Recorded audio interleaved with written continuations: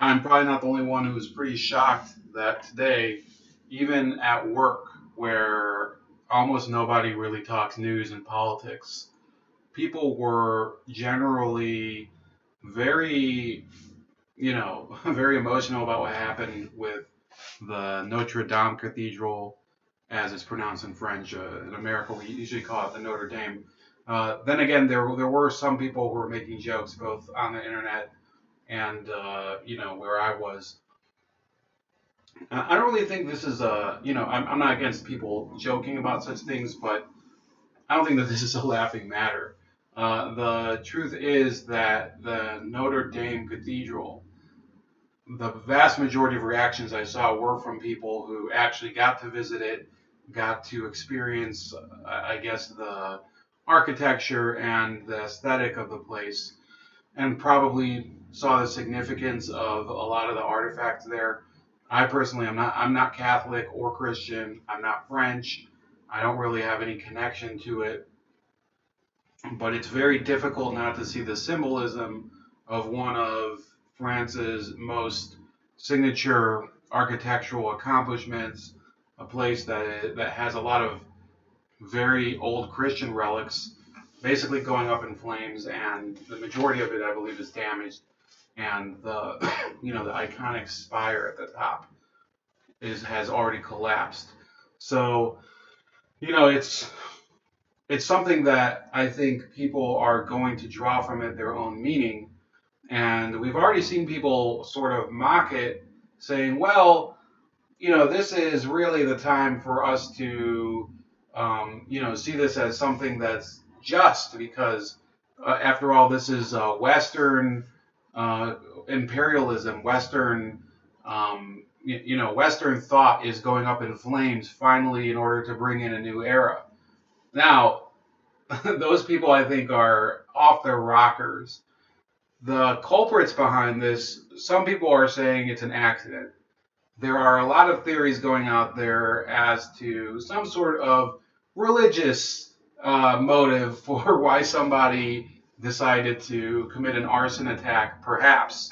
Okay, perhaps somebody committed an arson attack against this church. After all, there's been a slew of church arsons in the past few weeks in France, and many are saying that it's connected to a certain demographic of the country.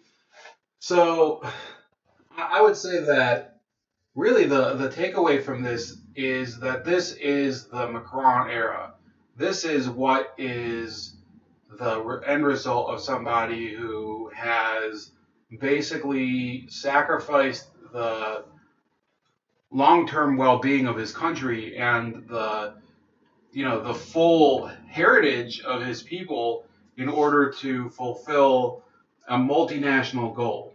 A multinational goal, this one world order, this one Europe. That's what Macron has done to his country, and unfortunately, this is a picture that will probably be all too common in at least in France, if not in the rest of Europe for the next several years, unless there's a dramatic shift in public attitudes and the attitudes of the media. And there's already been talk about Shepard Smith and Neil Cavuto on Fox News basically cutting off guests who are commenting on this and saying, well, we're not going to take any speculation at all. We're not going to talk at all about what might have been the real underlying cause of this. And yet, many of these people, the Fox News, I'll tell you, I don't watch it. I think that it's a network that, it gets certainly a bad rap compared to the other cable programs and networks, MSNBC and CNN, which I think are worse. But the fact is, when you're talking about speculation as to a motive, that's not that doesn't make it fake news. They should have probably heard out whoever was on the air and said afterward, look, we have our guests on, they can give their opinions. Unfortunately, we have to we have to put like a caveat emptor afterwards. But instead, they decided to cut those people off because because God forbid that people would say what they actually thought about the significance of what's going on, what they think was behind it. Unfortunately, yes, you could have rumors go out there about things that are not true, but trying to, you know, cut off speculation entirely and have things narrowed down to literally what you see in front of your eyes, I don't think that that's really journalism, okay? I think people have a right to at least voice their theories, and then, the public can start to judge whether or not that's credible, and also especially the authorities should be able to take them into account. I know one of them, Philippe Carcenti, who was on Shepard Smith's program. Apparently, he has a long history of questionable um, journalistic expressions. So, yeah, I understand somewhat what Shepard Smith was trying to do.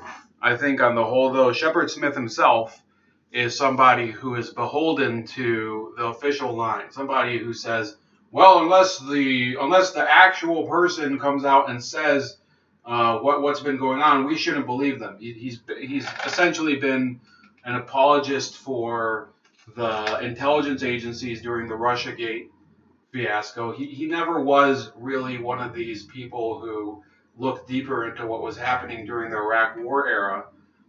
He is a stooge of the establishment. He's a stooge of the people in power.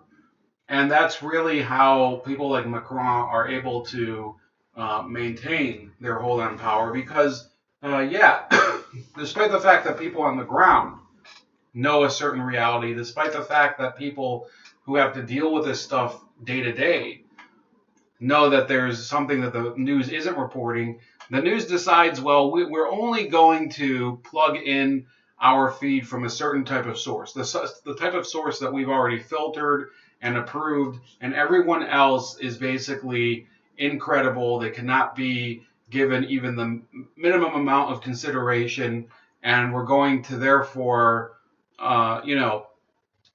just curate our entire news operation in order to hear the voices that we like and exclude the voices we don't like. And that's a problem with Fox News. That's a problem with MSNBC and CNN. And some of the foreign networks as well. They probably do it too. So yeah, if there's a lesson from the Notre Dame Cathedral, it's that you should probably diversify your selection of where you get your news sources.